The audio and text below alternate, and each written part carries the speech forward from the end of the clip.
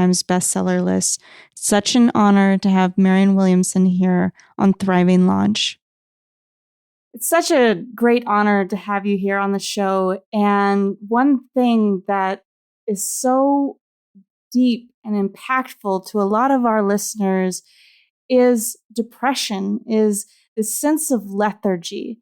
I'd love to hear from you some of your thoughts on why that's such a rampant issue across our society. Well, it's interesting that you point out the issue of lethargy, because depressed means exactly that. Your energy is depressed. Your vitality is depressed. Your creativity is depressed. And this should be no surprise to anyone, because the ideas, the main organizing principles on which we organize, by which we organize our society, even our world, are themselves depressed. They depress our vitality because they depress our spirit. There is no true vitality. There is no true creativity where there's not soul, where there's not spirit, where there's not love. And the world in which we now find ourselves has, in too many ways, in terms of the broader social construct, peripheralized soul and trivialized love and placed before the issues of love and brotherhood and holiness and unity and compassion and mercy. We've put a veil in front of those things. And the veil are goals that we deem more important. And that has to do with money, and it has to do with personal gain, sometimes at the expense of others, but certainly without care to repercussions on others beyond, oh, well, I don't want to proactively hurt anyone.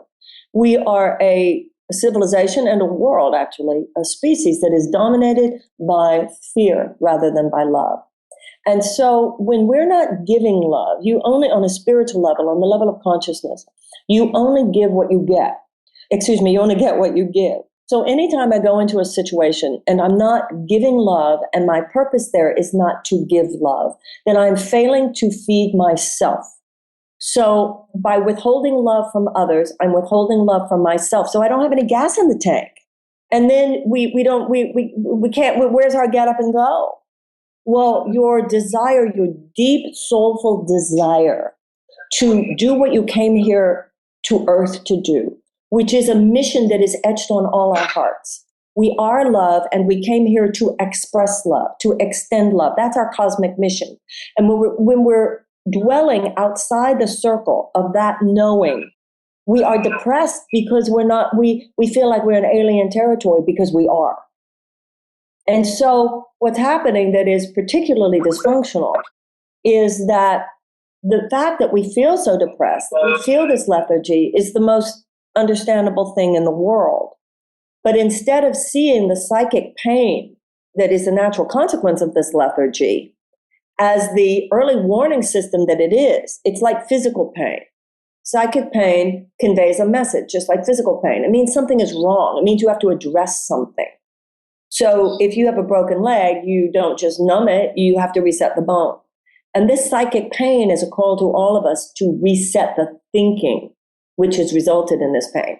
But the very forces that produce this pain, the very matrix of thinking and the very outlook that produces this pain, then extends itself into the issue of our pain by saying that it will help us. And its idea of helping us is to numb us from the pain or distract us from the pain. And that's why we have to wake up and see this, get this story for what it is. It's like the rampant issue of depression is like canaries in the coal mine falling over. But the owners of the coal mine, instead of saying, oh, wow, there's too much toxicity in here, we're going to have to fix this, instead says there's something wrong with the canaries. And thus the labeling, the medicalization of our despair.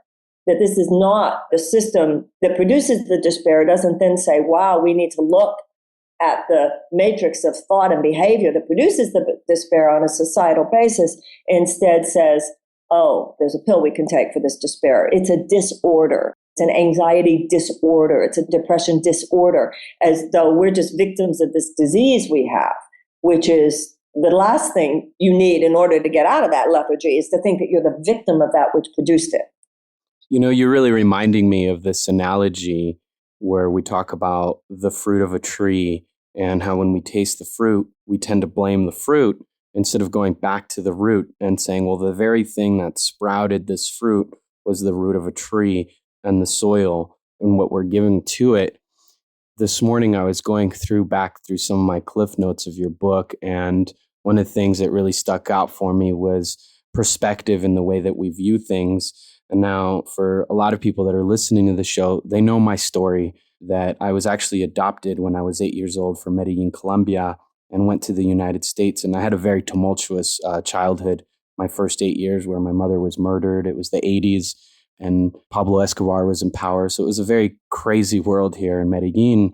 And at the age of 18, I came back to Medellin, Colombia, and reunited with my whole biological family, and actually met my father for the very first time, who was actually the man responsible for putting me in the orphanage. And it was a person I had actually never met, my father. And here I am in Colombia again, and it's just really powerful to talk to you right now, because meeting my father was a very strong experience of trying to find forgiveness and rationally understanding that I needed to find that forgiveness. But emotionally, having to work with that was very difficult. And it wasn't until this time, now this is my third time in Colombia, I'm 32 years old, and I finally feel like my dad is one of my best friends, and I have nothing to forgive him for, and I have nothing held against him. And I'm curious from you, taking my own story here and other people's understanding, that psychologically we can understand this idea of forgiveness, or that depression is a mindset even, but then the emotions, which seem to fuel us even more powerfully, how do we work with the emotions? Because I wonder, could I have somehow found the place where even forgiveness wasn't something part of my story with my dad, but emotionally it was a really hard place to get to? Is there a place that we can work with that maybe makes it even faster, if that makes sense? First of all, I have a question. You were adopted by an American family? Who were you adopted by? Yeah, so I was adopted I was born in the first 5 years of my life. My mother was a drug addict and locked me inside doors all day long pretty much, and then came home and did drugs. Then she was murdered. I was homeless for about 3 years with a homeless uncle. And then through kind of a sneaky way, my dad, who had never met, put me into an orphanage, and some people in the United States in Seattle, Washington, wanted to adopt a child at that time, and I was adopted. And then when I was 18, I found a way to get a hold of my biological family and return to my homeland. Well, in a way, didn't your father save your life? He did save my life. Yes, he did save my life, and it took me a long time to understand that, and to even use some biblical references, kind of like the story of Joseph, where one of the brothers was put into a hole, and then later he was found by the Pharaoh and kind of taken up. And to take that and see it as a blessing was a very difficult journey for me. Yeah, I mean, it would seem to me to have been delivered from that situation where you were was the miracle, that he was the miracle worker in your life. I mean, the person who put you in a situation where you could get out of there and get out of those horrible circumstances. So once again, as you came to think about the situation differently, then you saw his role in the trajectory of your life completely differently. Unless that part of your mind was saying that he should have taken you and raised you himself. Is that what the part of your mind that didn't forgive him said, that he should have taken you and raised you? Well, so he took my sister, and she was the person I wanted to be with more than anybody else in the world. And so there was this kind of dynamic where I thought that, and other people kind of told me that. It's wild, because as children, we don't really understand situations. So as a child, I didn't really see any of it as bad. But then growing up, people were, oh my gosh, that's so difficult. I'm so sorry for you. And adopting that story. Oh, yeah. I mean, anyone in Colombia at that time, it's very possible that he saved your life. But let me ask you a question. So did your sister grow up with him and everything's good with her now? Everything is pretty good. I mean, I would say that in some ways I'm emotionally healthier than she is, and she's a lot closer to a certain situation that was really difficult. So when I come back here in Colombia, there is a rule where I don't talk about certain things in regards to our past, just as a way to kind of, take care of her and her wishes. Whereas, I've come back and I kind of confront all of it. Right. You're Americanized. So going back to what that analogy is, I think that an interesting contrast between a nation like Colombia and a nation like the United States, when you look at the terrible turmoil of a country like Colombia, and so many of the Central American countries, South American countries, countries all over the world, the social conditions and the political environment was depressing for everyone. America is just realizing and just entering a phase of both experiencing that and recognizing that. So what happened in the United States was that the psychotherapeutic model that has been prevalent for the last 100 years is one in which there has been this focus on the individual sufferer. So you would look at a country like terrible things going on in a country like Colombia, and there was no way that the private citizen, only a very, very small portion of the Colombian population during that time had any level of protection from the craziness and the horrors that were going on. So it was understood that everyone would be emotionally affected by it. What's happened in the United States until really what's happening right now is that anybody who got upset, anybody who got depressed, the assumption was this had to do with their own individual story, their own individual drama. I'm depressed because of my divorce or my breakup. I'm depressed because I lost my job. I'm depressed because I lost this money. I'm depressed because my mother died. And so we haven't recognized that much of the prevalence, this lethargy and the supposedly the epidemic of depression that we have felt, has had to do with the larger construct that all of us are affected by, even, yes, here in the United States. For the longest time, we all bought into the story that because we have, in many ways, many blessings living in the United States, don't get me wrong. But until we recognize the underbelly to many aspects of our society, the toxic elements to many of our collective conditions, we fail to realize how those collective issues affect all of us on a personal level. And just like years ago, you took a teenager to therapy, the therapist would say, I cannot address the issues of the teenager without seeing them in the context of the larger dynamic of the social system that is your family. And now I think it's time for us to realize the same is true for us as adults. You can't really understand the larger psychological and emotional and spiritual drama of an individual living in America today without recognizing how that connects to the larger dynamic. The larger dynamic is one in which most people are economically stressed. Most people are led to believe that your value lies outside you and what you achieve and what you do rather than in who you are. We are led by the veil of illusion of the three-dimensional reality that we are separate rather than one, which leaves us either in a state of existential loneliness because we feel disconnected from that which on some level of our hearts we know we are one with, or at least meant to be one with.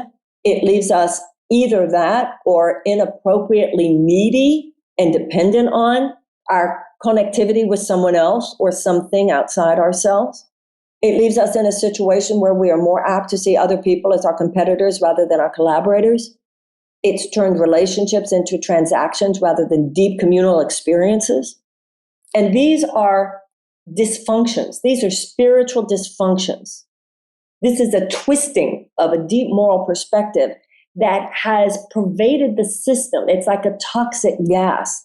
And so in the book, I talk about how you can't address the issues of every individual bout of suffering in a meaningful and fundamental way without recognizing all of the larger cultural attitudes. That's true when you talk about your father. You can't understand the story of your father, your sister, and you without addressing that it was Colombia during that awful time politically, right?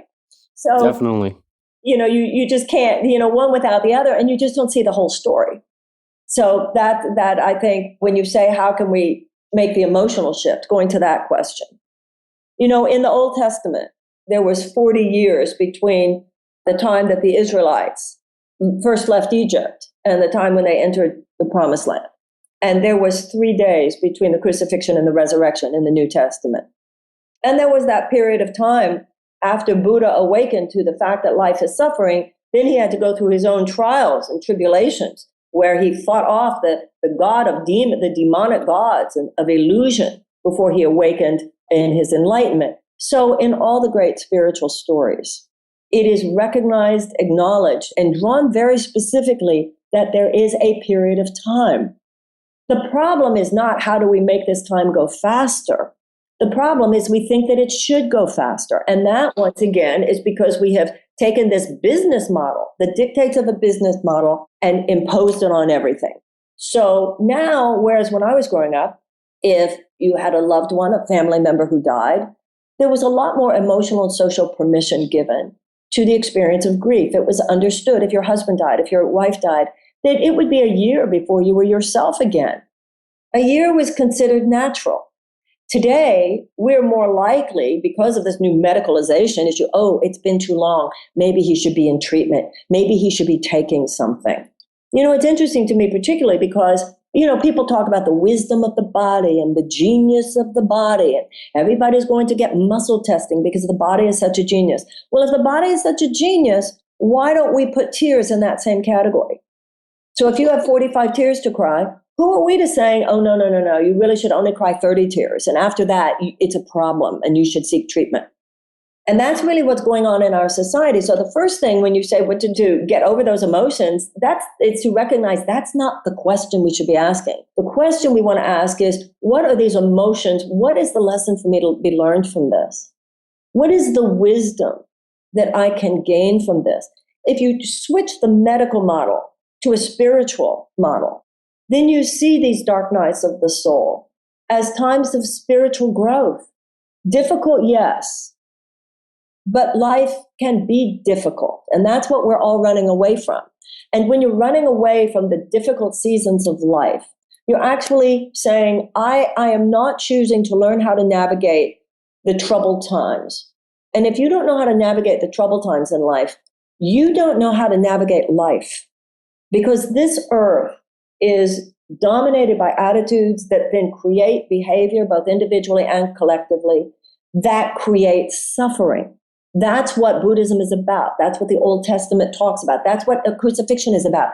That's why in the book, I talk about the mystical understanding, the metaphysical understanding of the great spiritual and religious stories, because they are all spiritual transmissions.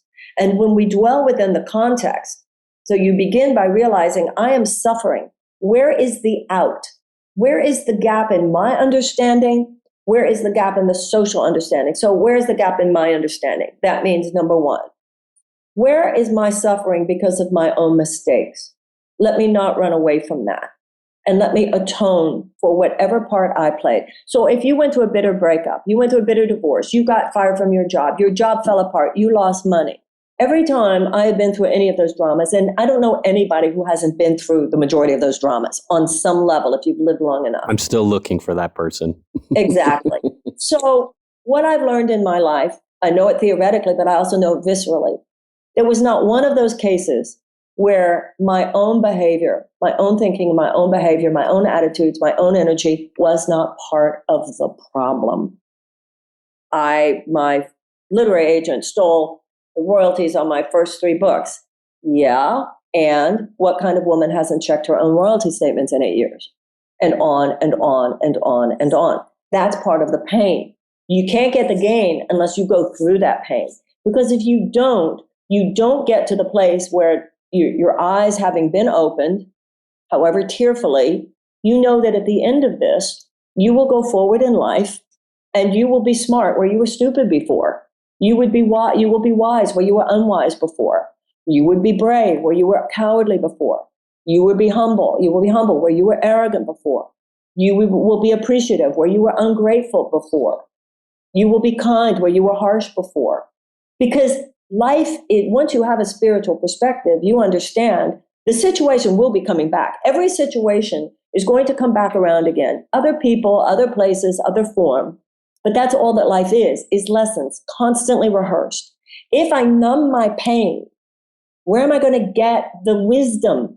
Now, that's one category where it was my own pain, my own mistakes that I have to look at. Catholics go to confession.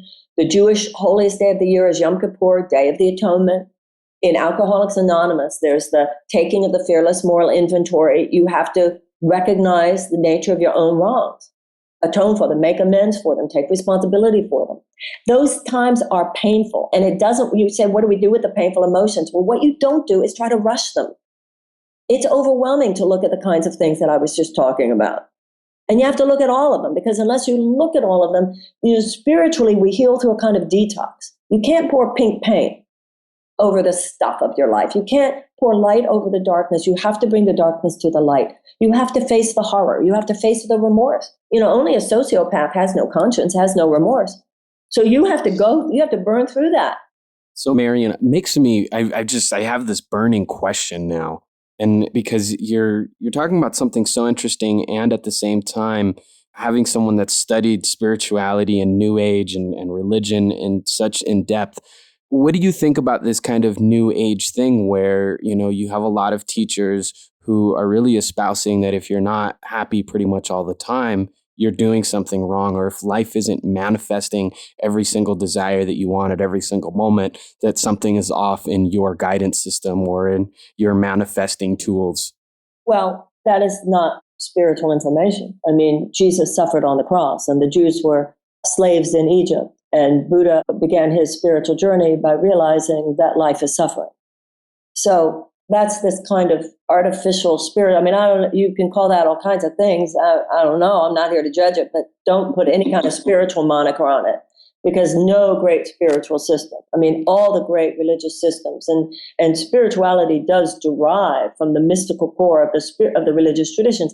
None of them say that. It's just this new corporate. I mean, it's just like that's like saying I know you're asking me to comment on a philosophy that is just not the philosophy I'm talking about. So obviously what I'm saying is something very, very different than that. I would love to hear from you how you apply, how we as a country, how we as a people, how we as a planet can apply some of these principles into our lives on a daily basis. Yeah, I'd like to go back, if I might, because when I talked about the things we have to take the time to experience, I gave one of 3 categories. And if I might, real quickly, I want to go through the other categories. When we're depressed, it's not always because we did something wrong. I wanted to point out that part, but it's one of 3 major categories. The second category is that you have to forgive someone else for theirs. And if you are in pain because of, quote unquote, what someone did to you, and this is why in the book there's an entire chapter on forgiveness, which is the ultimate technique that you're asking about. If I'm in pain because of what someone, quote unquote, did to me, the spiritual issue there is, number one, you were not created to be at the effect of lovelessness of anyone else. So someone could have hurt you on the level of circumstance, but no one can diminish your soul. Secondly, if I don't forgive that person, then, it's like they say, you can be bitter or you can be better. If I'm going to be happy on the other side of this, you cannot see yourself as a victim and be happy at the same time. So the ultimate antidote to depression is happiness. Happiness is not the absence of depression. Depression is the absence of happiness. And we are not, people say, oh, Marianne, you can't just think happy thoughts. But when they say that, they're talking about the kind of happiness, that faux artificial happiness stuff that you were just referring to a few minutes ago, Louise. Real happiness is where you realize only love is real here. And it is difficult getting to that. So if I am upset, in pain because of what someone did to me, I got left, I got abandoned, someone fired me or whatever, unfairly. First of all, there's the issue of taking responsibility for my own life. The Course in Miracles says if you don't take 100% responsibility for your life, then you can't change it. But then the issue of forgiveness. To pray, let's say someone hurt you, you broke up painfully in a relationship. To pray for that person, may he be blessed, may he be happy, may he be loved. When really all you want to pray is, may he call and say he's sorry, may he come back to me, or may he, have scalding hot water poured all over him, son of a bitch, right? And when you ask me what are the techniques, these are the techniques. These are mental changes. The miracle is a shift in perception. And then the other major category is when we have lost someone that we loved. I've lost both parents. I've lost, Louise, you lost your mother. These are horrifying. I lost my sister, my best friend, and so forth. But then where is the wisdom there? Well, the wisdom is that I know, and viscerally, not just intellectually, that this mortal ride is exactly that. It's mortal. It is temporary. It will not last forever. And so this leads you to really suck the juice out of those things which remain, to really appreciate more the people who are in your life, because that's what life experience gives you. When you're younger and inexperienced, you take life for granted. And when you go through all these experiences of hardship, you come out on the other side, if you allow yourself to dwell within them spiritually, with such a deeper understanding of what it means to be human, how to live impeccably, how to live within the order of a moral universe, how to live in such a way that you do not create so much suffering for your pain, for yourself and others, and how to live in such a way that you are much less at the effect of what other people do to you. You know, when you ask how to do it, once you know the laws of consciousness, if I focus on what you did to me, then I am dooming myself to emotionally be at the effect of what you did to me. Forgiveness means I'm willing to change my focus. And it doesn't happen in a minute, and it doesn't happen in a day. But you are willing to see it differently. Your prayer becomes, I'm willing to have another mental lens on this. I'm willing to understand that that's just an innocent child of God who didn't mean to hurt me, or even if they meant to hurt me, I am not created to be at the effect of this. And I can learn to exercise some mercy towards that person the way God shows mercy towards me. And only if I do, only if I'm willing to take the hook out of them, will the hook be out of me. So these are the spiritual techniques. That's why the book has a chapter on forgiveness and a chapter on relationships and a part about death and grief.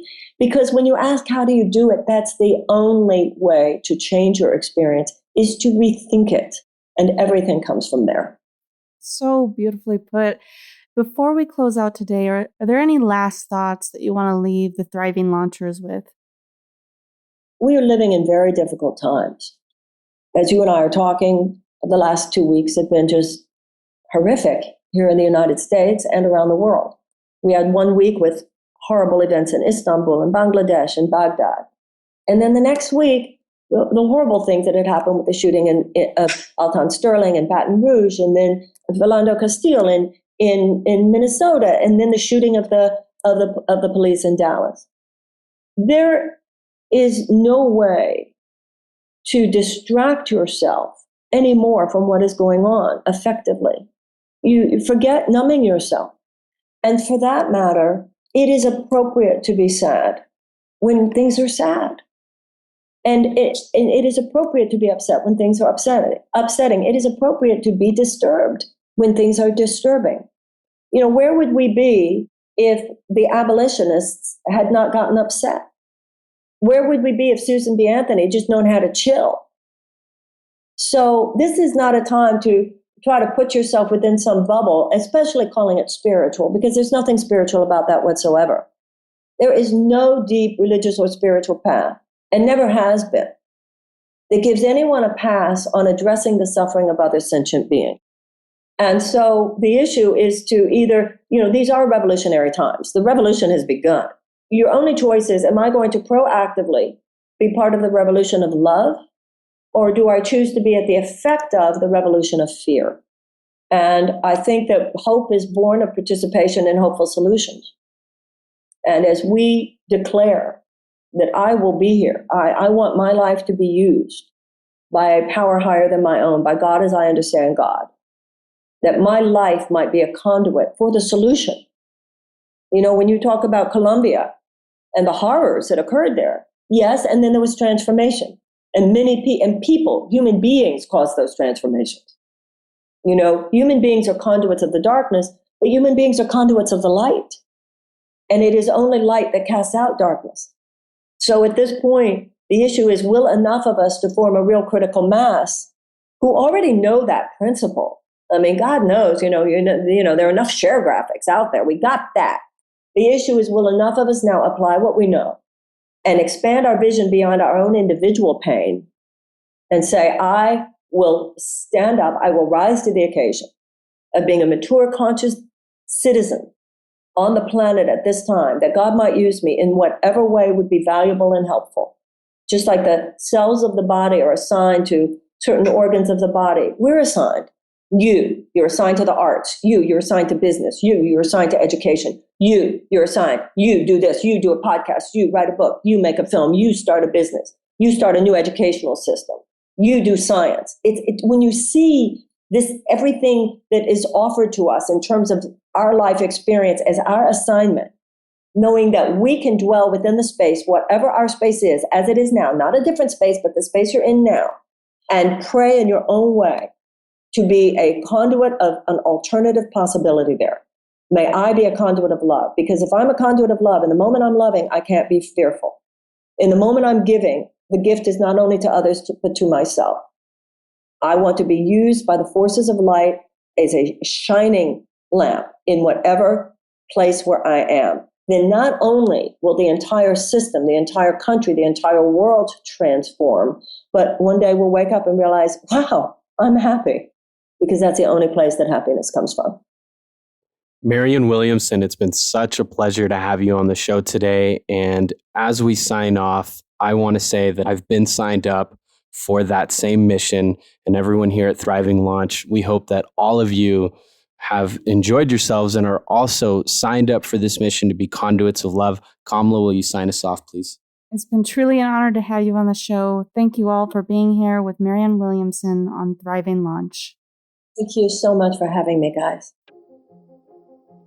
You've been listening to the Thriving Launch podcast. For books and resources related to today's episode, make sure to head over to thrivinglaunch.com. We'll see you there.